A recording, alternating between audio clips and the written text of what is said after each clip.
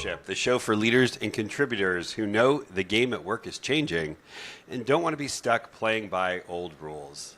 I'm Mitch Simon. I design and facilitate leadership and team retreats for companies that are growing fast and trying to figure out how to stay human while everything around them gets more automated.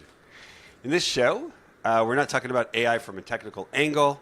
We're talking about what you need to do differently as a leader, a manager, a teammate in a world where a lot of the so-called smart stuff can be handled by machines. And I'm not doing it alone. I'm joined by two people who have literally built a new game of business, Ronen Gafni and Simcha Gluck. Ronen is the creator of the business game FreshBiz and a TEDx speaker. Simcha is his partner in crime and co-author of the book, The New Entrepreneurs. Together, they've helped thousands of people experience what it feels like to stop playing the old zero-sum game of business and start playing a new one. Today, our third episode. Wow. We're going to get personal. We're talking about your art. Not your art as in painting or sculpture, but the unique way that you create value in the world. We'll look at how you find it, what blocks it, how to start launching it, and where AI can and can't help. So whether you're leading a company, a team, or you're an individual contributor who just wants to show up in a more creative, connected way, you're in the right place. So let's jump in. First, let's start off. Simcha, how are you today? I'm doing well. It's a very multi-dimensional week. A lot of different balls in the air, family, professionally, just a lot of stuff going on, but feeling good, grateful, and energized. Great. Ronen, how are you today? Yeah, I'm good. Exciting days, a lot of new things. I think that I'm really deep into doing my art, so it's a bliss, and we'll talk about it. Great. So let's just jump in. What do we mean by your art? I know we talk about your art when we play the game FreshBiz. You guys talked about your art in the book, The New Entrepreneurs. So Ronen, when you talk about art, what does that really mean, and how is this different from your job or your role? Help us understand that. Well, I do a lot of talks about entrepreneurial thinking and creative thinking, and most of them I'm opening in the past, I think 2 years or so, with a quote by Terence McKenna. I don't know if you know Terence McKenna. I guess Sim knows Terence McKenna. So Terence McKenna is a psychonaut. He passed away, I think at the year 2000. But a psychonaut is basically someone which opposite from an astronaut that goes out to space. He goes in to space, mostly through psychedelic experiences, and comes back to tell what he sees about the world. He's a really fascinating man, and the predictions that he gave 30 years ago are really coming into reality at the moment. So if anyone around us thinks that what's happening around us in the world is so crazy, so unpredictable, I can tell you that Terence McKenna already talked about this 30 years ago. It's all expected. We know why it's happening. We know what's coming in. So it might be very chaotic for someone who doesn't have the perspective, but it's pretty obvious to someone who understands what's going on in the world and why it's happening. And it's really interesting. But he has a quote, and he says, "If the artist cannot find the way cannot be found." And I'm opening almost every talk that I'm doing with this quote, because it says basically something like this. It says that, the people that are in charge of the narrative that is generated in the world are mostly part of two groups, either politicians, okay? And when you look at the narrative that those politicians provide us, I don't think that so many people say, wow, this is so inspiring. I'm so happy that this is where we are heading. It's not that way. Not in Israel, not in the US. I think that not in so many places around the globe, people can look at the politicians and say, wow, it's amazing. We are going there. Wow, it's a bliss. And the other group is, the big tech companies, like it's the Mark Zuckerberg and the Elon Musks of the world and things like that. And I don't think that the narrative that they are providing is also that inspiring. It's not like, wow, I look at the business plans of Meta and I'm saying, wow, that's inspiring. We are going there. Awesome. And and by that he's saying that we basically put the narrative of where we are going in the hands of politicians and business people instead of in the hands of the artists. Because those who should create this inspiring future that we are going towards should be, the poets and the writers and the painters. Like they used to hold the space to create the inspiring narrative. And he says we should claim it back. Like when we wake up in the morning and we do whatever we do, we should create a narrative that is inspiring at least to us. So if you ask me what's the difference between doing my art and doing my job, I think it has a lot to do with what's the narrative that I'm creating. Do I believe that what I'm doing creates a better place for me and for the people around me to live in this world? Or I'm just like executing someone else's not so inspiring narrative. And that's for me it's what doing my art is about putting an inspiring narrative out there, whatever I'm doing. Does AI force us all to be artists? Does AI force us to narrate our own futures and the futures of our company? What I'm trying to figure out is the painters and the sculptors of, let's say, the Middle Ages, is that us today? And does AI challenge us to create something original in a world where we can actually go online and find what has already happened? I think that, first of all, at this point, AI is still not forcing us to do anything. It opens up opportunities for us. It's not yet forcing. It doesn't have that power yet, but it's allowing us. It's allowing us to ask what's being human is all about. And I think that's part of being human is the ability to imagine a future that is not yet exist. And doing the art is basically creating a beneficial future for humanity. I don't think that AI voluntarily wakes up in the morning and say, good morning, Ronen, here is what I thought about over the night, and here is my inspiring ideas on where we should go. It's not doing it. Maybe it can be a part of a brainstorming session about this, and we'll get to this, and it's really good in this, in brainstorming, but I think that this is the human part. The human part is the ability to come up with a new narrative, to inspire something. And I think that art should, first of all, inspire. Simcha, if you could land the plane a little bit and give us examples. I know that we're the concept of art. I really would love to land the concept of art, given the framework that you both have created. So I don't know, Simcha, is there an example when someone was in your workshop and they discovered their art? They discovered what art really meant to them.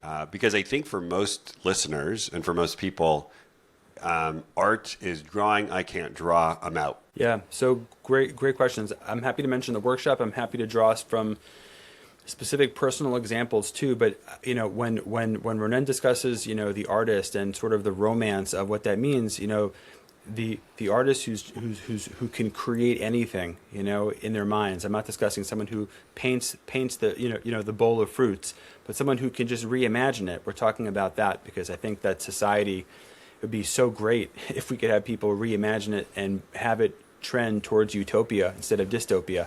But in terms of art, yeah, let's get into this. Ronen has a partner named Adi, and they've been working for the past few years on digital villages. And one of their concepts that I really love a lot is the concept of the genius zone. What is your zone of genius? And kids more and more in schools are really trying to figure this out. In other words, okay, I go to school, but my genius zone is that when we have choir for those 45 minutes and I could just sing out my solo, oh, that's my favorite part of, or a kid goes to school so that at recess they can play basketball and be the hero on the basketball court, or so that kid in math class can. And for grown-ups, if you think about it, and I do think about this, right? Ronen and I, this is a big part of what we do with FreshBiz and what we do with you, Mitch, is we really think about this stuff it's amazing. But if you speak to grown-ups that are working at different jobs or inside of different businesses, and you ask them, what percent of the time do you feel like you're in your genius zone, like really doing your art, like your solo in the song? Usually it's something like, they'll say usually 90% of the time I'm not. I'm just doing functional bureaucratic things, but I do it so that 10% I can be heard and be me. Maybe it's 80-20, maybe it's 70-30, but it's definitely so much more of the majority of time that people are doing brunt work and grunt work than actually being able to really be in their zone of genius where time falls away. They're in eternity. They just love it. They wish it would never end, but then it has to end because now they have to send this and fax this and mail this and email that. And I could just tell you, in one of the workshops that I ran, so her name was Aviva, okay, and she discovered, my goodness, my house is an action card. I never really thought about it like that, but I can totally go ahead and just like I did in the game where I took out a loan and I put it into a business and I got this to be able to, and she wound up basically like taking out a loan to renovate her property so that she could do what she loved, which was doing manicures and pedicures and helping women feel amazing. And she's like, I got a house out of it. I increased the value of my worth. And now every day I'm doing what I love to people that I love serving. And it was like, she just like didn't see it until she saw it.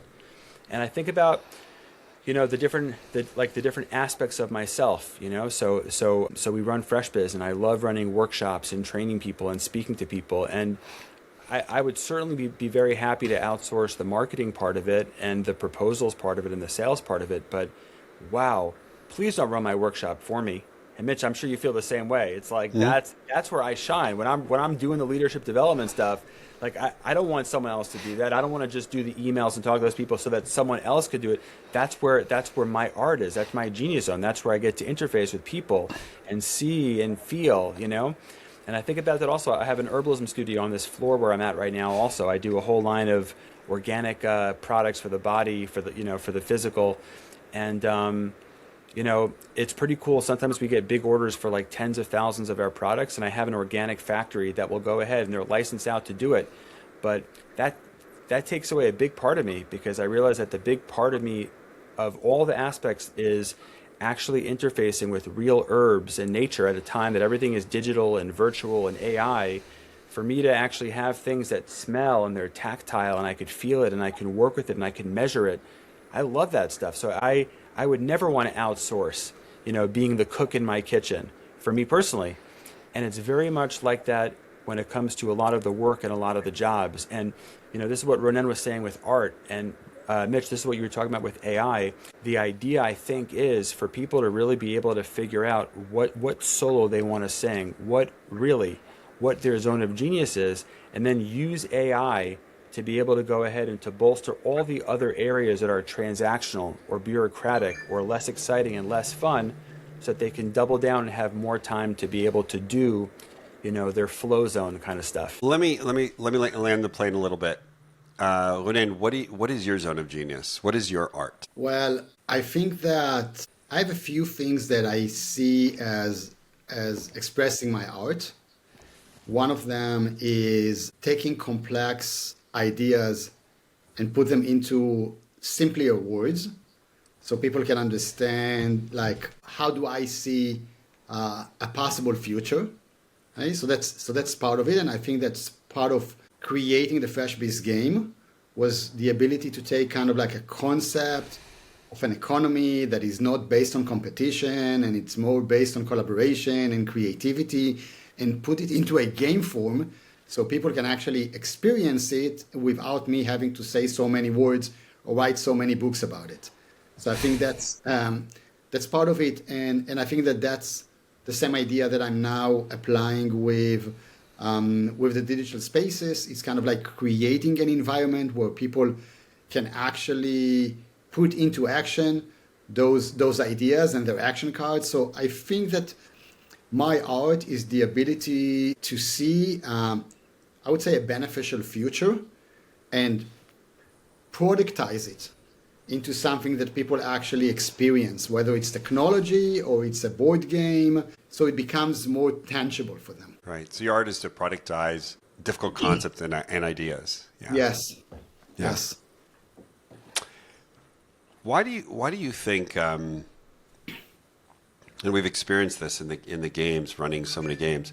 Why do you think so many people are so afraid of acknowledging their art, claiming their art, knowing their art? As we're having this conversation, it's very complex to figure out what your art is. And I was wondering, why don't we always do our art? I remember in the game once, I was leading it with a company based in Japan. The company was, one of the offices was here in San Diego. And I remember this is one of the smartest gentlemen in the room. And he had figured something out. And basically, in the middle of the game, stated what he had shared, what he had figured out, just in a very, very low tone. And everyone looked at him and then turned away and just kept on doing whatever they were doing, ignored him, and then he didn't stand up for what was the greatest idea, nor did he stand up for his ability to see. I think his art was his ability to see into the future, his ability to be very strategic. I'm just wondering, what have you seen? Let's start with you, Simcha. What have you seen? What prevents people from acknowledging and then launching into their art? It's a great question. There's I think really a few factors. There's definitely the factor of, the limiting beliefs that people have about themselves and about their life. Is it my genius zone? Am I really as good as that? Am I worthy? And these are all things that are legitimate human experiences that maybe with some self-development, some meditation, some mindfulness, that people can really feel that, yes, it is worth me expressing that stuff, because, right, like the man in the Japanese workshop, like, wait a second, if I believe in this idea, I'm not just going to whisper it and then go back to my meek little seat. I need to stand on my chair and yell it from the rooftops, because this can make a difference over here. So there's definitely the inner story that we have with ourselves. At the same time, there's also the environment that we're in. Are we in an environment that encourages us to do that?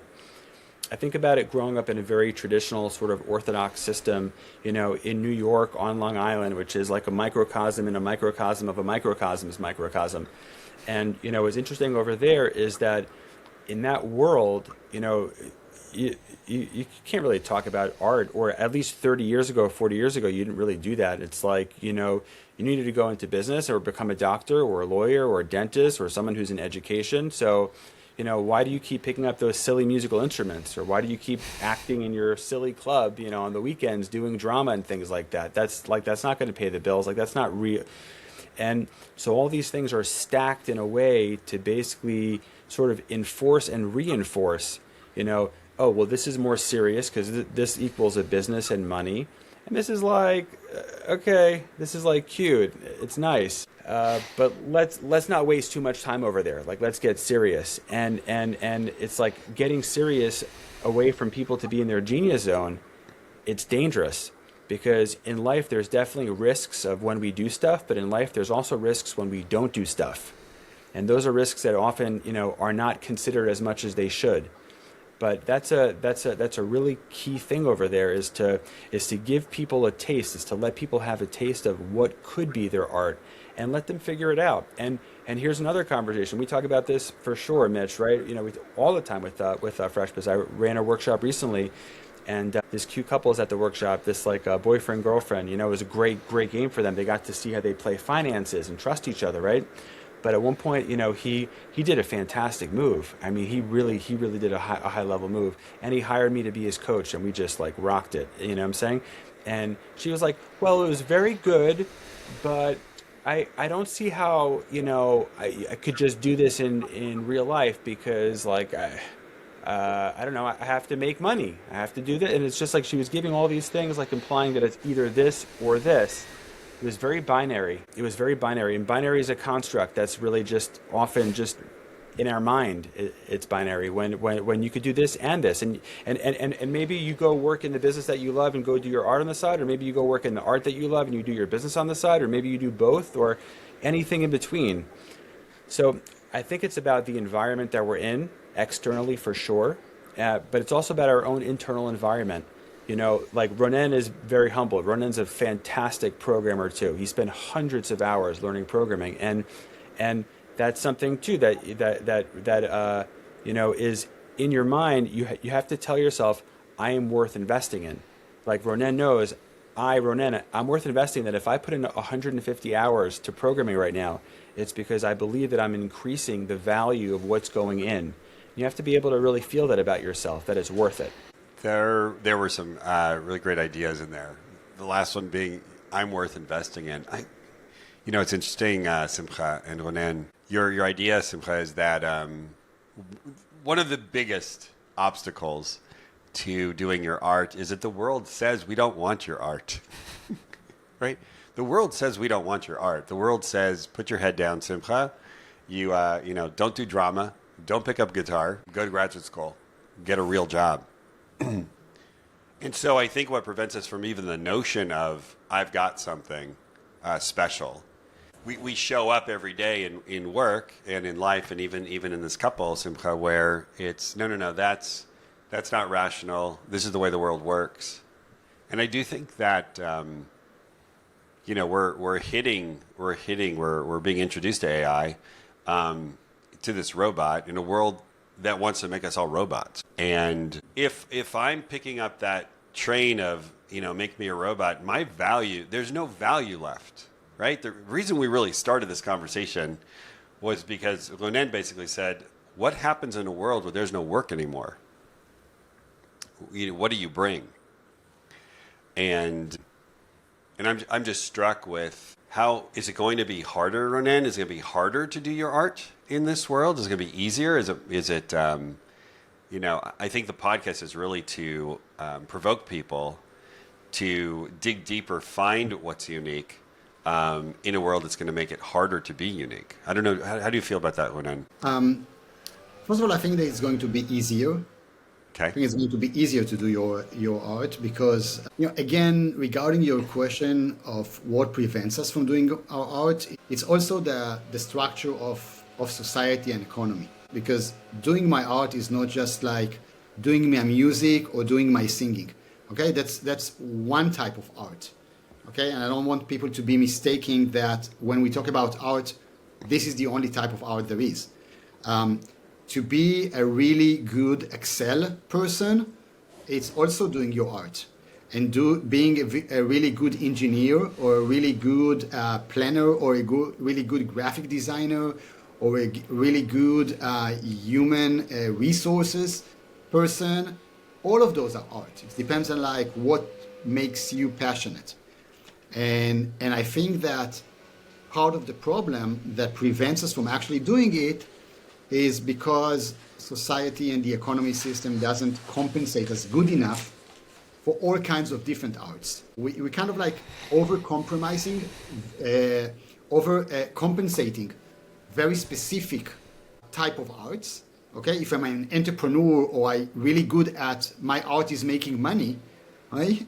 Then I'm overcompensated on this. And on other things, it's not. Now, when we used to be, part of a tribe, so it was very natural for each one to do his art. So those who are good in hunting, they went hunting, and the medicine people did the medicine.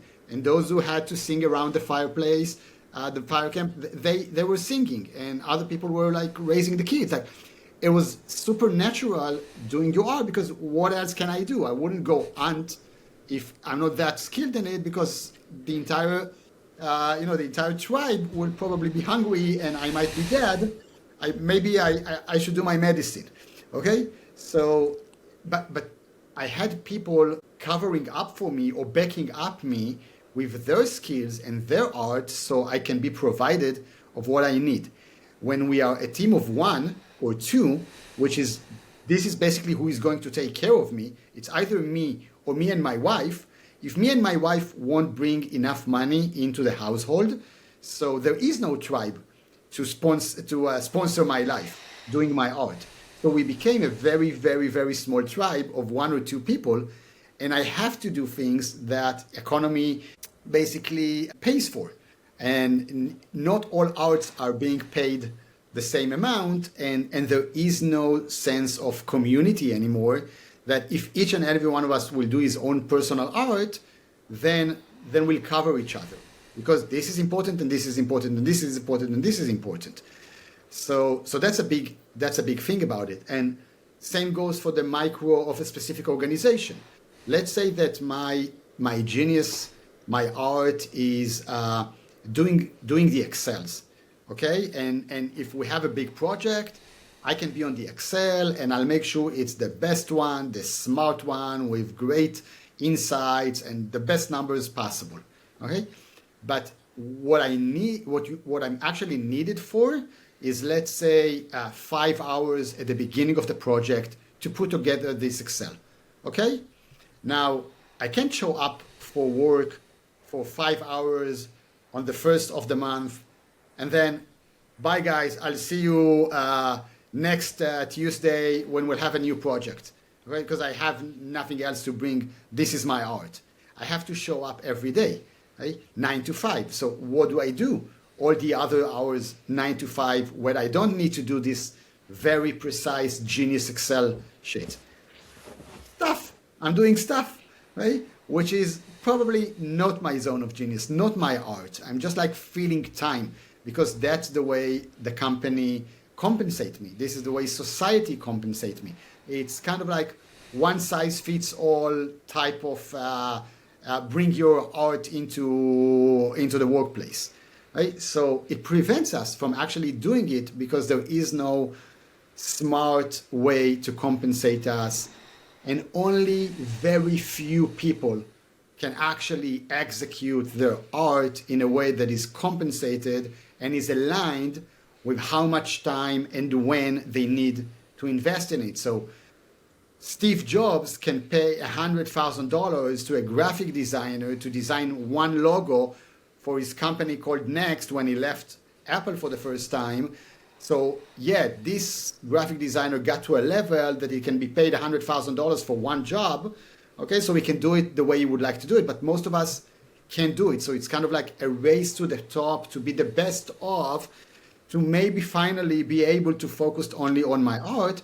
We need to restructure everything so it will actually work better. And I think that in the age of AI, where work is kind of like put aside, like the labor part is put aside, we'll see like new organizational structures, we'll see new economical structures, new ways to bring my art into different projects, not specifically one company, and more people becoming entrepreneurs. More and more people are becoming freelancers. Like those are the numbers. Like more than half the workforce in the world now is a freelancer. First time in history. So everything is starting to shift towards bring us your best art, and we'll find the right way to compensate you for this. And I think this is where we are going, and it will be easier for those who are actually passionate about this. Yeah. What do we then do with the person who is on a team who is really great with Excel, and that is their art, Mm-hmm. and they do sit in on the team meetings every week or month? Do they need to understand their art as something more than Excel? I'm just wondering, how do they contribute when they're on this team and they peg themselves as, I am the Excel person? So I think that when you dig deep enough to who you are, it's never about one task. I think it's more about like the way you see the world, the way you do things. It's kind of like your operating system, which is unique to you. It's something about your specific point of view, your specific path in life. So I think this Excel guy is not the Excel guy, but maybe he's the guy who can creatively put the numbers to an idea. Or he's the guy who can break down a complex project into reasonable steps. Or maybe he's the guy who can track like the progress of a project to make sure that we are always aligned to the budget or something like that. It's more about broadening the definition. Yeah, it's more about like, how do my art serves this venture, this project that we are doing on. So like, why do they need me? Like, what am I adding to the value of this project by being the right person in the right spot in the project? And I think that's also part of like how you find your zone of genius. So let's go to Simcha, because you mentioned it, and I love this conversation now. Your art is your particular point of view. Would you define it that way, Simcha? That's pretty heady and pretty meta for me. I'm not sure what, your art being your point of view. I would just say for sure that it's I just see it as people doing what they feel like they're good at and they really like doing. Now, there are some people that have never gotten there yet. Unfortunately, they've been doing all their have-dos and all the should-haves, and they're doing all that kind of stuff because that's their role. Like that's how it fell. But at some point, if it's possible, either A, to enlighten, B, to get out of survival mode, or C, really be in an opportunity where I could say, wow, look, right? If it's a single mom or a single parent or whatever, just taking care of their kid, just trying to make it through the day, it in that moment, it's very difficult to find creativity and artistry, right? Because they're really in survival mode. And I feel for those people because it hurts to be Beethoven without a piano, you know what I mean? And it doesn't feel good.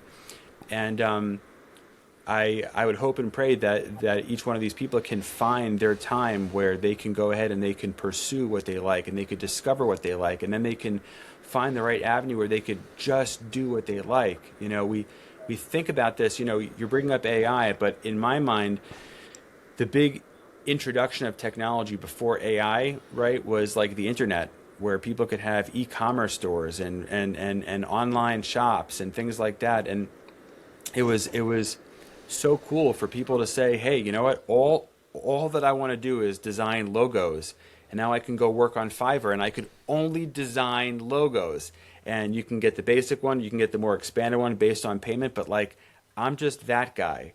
Or because of the internet, that girl with that amazing throaty voice can say, I just love doing narration. Like all I want to do, like with this voice that I have, because I can't do it in real life. My friends are sick and tired of listening to me talk all day long. But boy, I can narrate your videos. I can, and it just opened up so many people to find like what are some stuff that are so intuitive for me or so innate. I never really thought about it, but can be my calling card, can be my way that I get to interact and get to bring value from my voice or from my this or from my. It's super interesting, And then you see how influencers came into it, And I think about these amazing YouTubers, who are amazing music artists that found themselves, and then they got heard about on Fiverr, so they started creating, bass pieces or guitar pieces on Fiverr for people, and then their career blew up. They have millions of people that follow them on YouTube, and now they have a whole persona. And then, so all these things, my point is that all these things start to really build up once you're in action about it. And my heart goes out to people who they haven't yet found it yet for whatever reason. Either they're in survival, they're in an economy that doesn't allow them, or they're in a business environment that doesn't allow them to pursue it. But I think for people who do, once you're in action, like the momentum builds, and then you discover additional things. Oh, I'm not just the Excel guy, like what Ronen was hinting at. I'm really into like numbers and strategy in general. This is, that's interesting. So I could do more than Excel was just my tool, but I can take this perspective and I could bring it additional tools and like weave something even bigger together beyond what I even could have imagined before. And that's the exploration of, that I think that we're talking about. Yeah, I do believe the perspective, the operating system, the way I think. When we launch a brand new game of FreshBiz / when you enter a brand new team to do something completely different, and you're not a guitar player and you're not an influencer, right? Which we are not yet. We could be tomorrow. Is what people do not do is they don't ask themselves, what do I bring, right? What do I bring to this game? What do I bring to this team? Which is wider than I'm a person sitting at the table with a dice, right? And if we go back, Ronen, to the Excel person, is is how do you see yourself outside of the role? What unique perspective do you bring? What gifts do you bring such that you're called on to provide these gifts at every moment? And I do think that what's going to happen in this very competitive environment we're in, where people are being replaced, is I do think that they're going to shun from what they bring when this moment, this transition, this transformation is saying to all of us, what is unique about my perspective? What's unique about how I speak, how I present? Do I come into the beginning, the middle, the end? What do I see that other people don't see? And am I sharing those perspectives? That's what I think your art is. I agree. I think that, first of all, it's usually what you are anyway very passionate about. Yes. It's your passion. I think that I heard once a quote that says that, the idea that breaks down Maslow pyramid, is the concept of the starving artist. Right? People are willing to do their art in spite of whatever they get from it. Right? Which means we don't have to climb the ladder of, first of all, taking care of our basic needs before we go and get to the stage where we have meaning and we express ourselves. So I think that once you are connected enough to who you are, then your passion leads you to your art. That's the way the soul talks to the body on how to walk the path of least resistance. Right? Like, if you had to find a technology that allows your soul to communicate with your body to do whatever you need to do, I think that you will also choose, let's go through the passion path, because that's the most fun. In FreshBiz, Simcha always says that he's the CFO of FreshBiz. He's the chief fun officer, right? And that's what he brings to whatever we do. Now, is that important to have a chief fun officer in a team of 2 when we travel the world? Sure, that's one of the most priceless, precious gifts it can bring into, when I look back on the past, 15 years, what I mostly remember from, doing FreshBiz around the globe is the fun moments that we had. Like, you need a fun officer on the team if you want to be able to go through this crazy journey of entrepreneurship. So it's simply just like putting out there who you are in the world and what you're passionate about, and say, look, this is who I am. And when I talk to executives or to business owners, I mostly ask them to ask themselves a very simple question, because almost everything that we do, there are already a bunch of people out there doing it. Right? Somebody already has the same business, the same job title, like thousands or hundreds of thousands of millions of people already occupying that spot. Okay, they're already been doing this. So I think that the most important question to ask is, why me? Why does the world need another X, blank, whatever, in that position, doing that X thing that anyway 100 million people already doing, or a million people already doing? Why me? Why do they need me?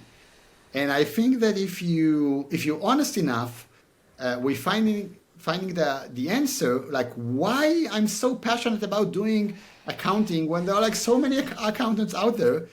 You will understand what's your art. You will understand what's the uniqueness that you bring into this, whether it's the way you think, it's the way you act, the fun you put into it, whatever. It's you'll figure it out why the world needs another blank, which is you. I'll say one last thing about this, because that's what leads me. Okay, that's what leads me when I'm doing things. A while back, I heard a talk by Alan Watts. Alan Watts says, I don't know if I already showed this or not, but he said that what is life? Life is basically God experiencing creation through me by being me. And okay, That's awesome. So if God is experiencing creation through me by being me and he chose to be an accountant, I, I probably have something unique to bring into this. Let's find it. It's a big role, okay? It's a thing. Let's dig deeper into it. It's not just like, okay, that's my job. No, that's God experiencing creation through me by being me. Let's make it meaningful. So that's my take on this. Yeah, I'd like to end this podcast with a story, which is, first of all, I think this, Ronen and Simcha, I think to find out what your art is it's very challenging to do it on our own. We could take a bunch of tests. As someone who does a bunch of leadership 360s, we don't ever ask that question, what is unique about this person's perspective? What is this person's art? You know, what does he do differently? What does she do differently than everybody else? What is it that we appreciate about this person over and over and over again? Those questions we never ask. I don't think we ask ourselves, and we definitely, God forbid, would ask, you know, I would go to Ronen and say, what is it about me that makes me so unique? Just as you explained, what is it about Simcha that makes him so unique? Yeah, he puts the F in fun, right? I guess you could put the F in something else, Simcha. So you put the F in fun. Puts the fun in CFO. How many people can say that, huh? Right, Chief Fund Officer. You know, I do believe, you know, I believe that, Ronen, your art is bringing awareness to what's going on in the world that none of us see. You know, and I really do think that Simcha's art is transformation. I just believe that, and fun. You know, Simcha, when he's talking to you, you think like he's at, you know, Disneyland having a great time just talking to you. And so I get truly inspired. And I think, oh my gosh, am I really looking at the way that I can do this in a much more fun way?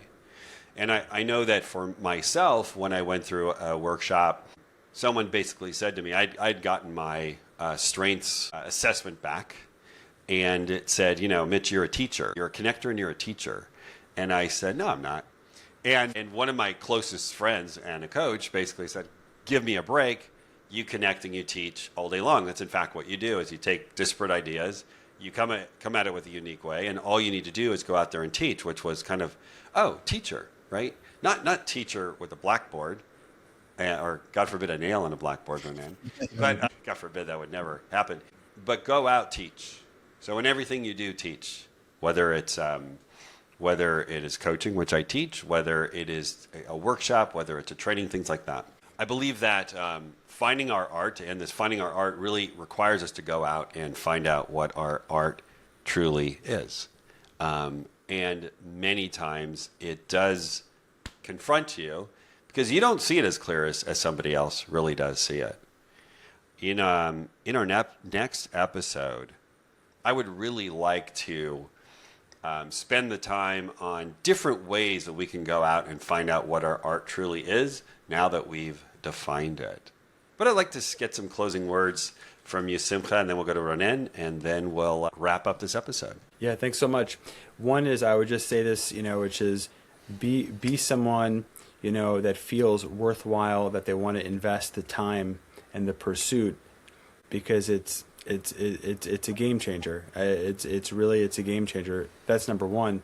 And number two, as you find what that is, as you find your genius zone, as you find your art through the self-expression and things that you want to do, whether, Mitch, it's being an educator, you know, like being an educator, or being a trainer, or being a speaker, or being whatever it is then really asking the question, how can I use AI to better serve that artist? How can I use AI to really be something that can bolster that?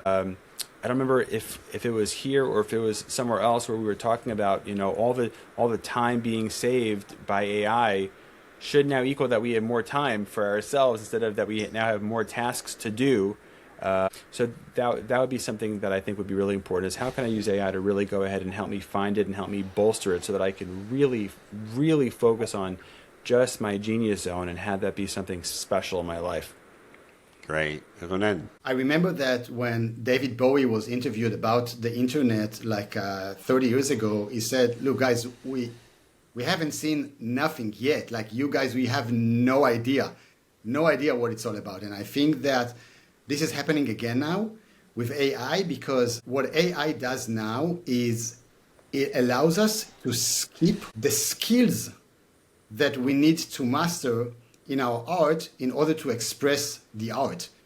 I don't have to know how to paint to create a painting because I can use Midjourney. I don't need to learn how to direct or to create films, to do a short film, because we have AI that can do this. I don't need to be able to learn how to write because I can write a novel with GPT. So I don't need so much skill as I needed before to execute my art. And we are going to see this as democratization of art creation in the world that we've never seen before. So many movies, so many shows, so many paintings, so many ideas, so many stories are going to just like be out there, that I think it's crazy. So I think that, with AI, now we can explore those ideas that we have in our heads without the years of crafting the skills to be able to actually execute it. So yeah, go on Midjourney and create your craziest ideas about dragons flying over Walmart, whatever. Okay, go create those videos, go have those brainstorming sessions with GPT, go create whatever you want to create and just express it. And it's amazing because AI is very much like a GPS system. It never, argues with you, or it never is disappointed of you. It's just like rethinking the right path for you. So you can throw whatever you like at him and it will bring something, and just by that you already have a creative conversation with another entity that has an input and an output that you can predict, and that's alone exercise your creativity. So just like go play with it, allow yourself to do it. The best investment you can do is just like those $20 that you put into some tools that just allows you to start like expressing yourself. Just like do it. And I think that that's what's so amazing about what's possible nowadays. The skill is $20 a month. That's it. And you got the skills. It's crazy. It's amazing. Great. Thank you, Ronen. Yeah, once you identify your creativity, then you can experiment using all these great tools, and it won't cost you too much. Well, thank you so much. We'll see everybody on our next episode of Fresh Leadership. Bye-bye. Thank you.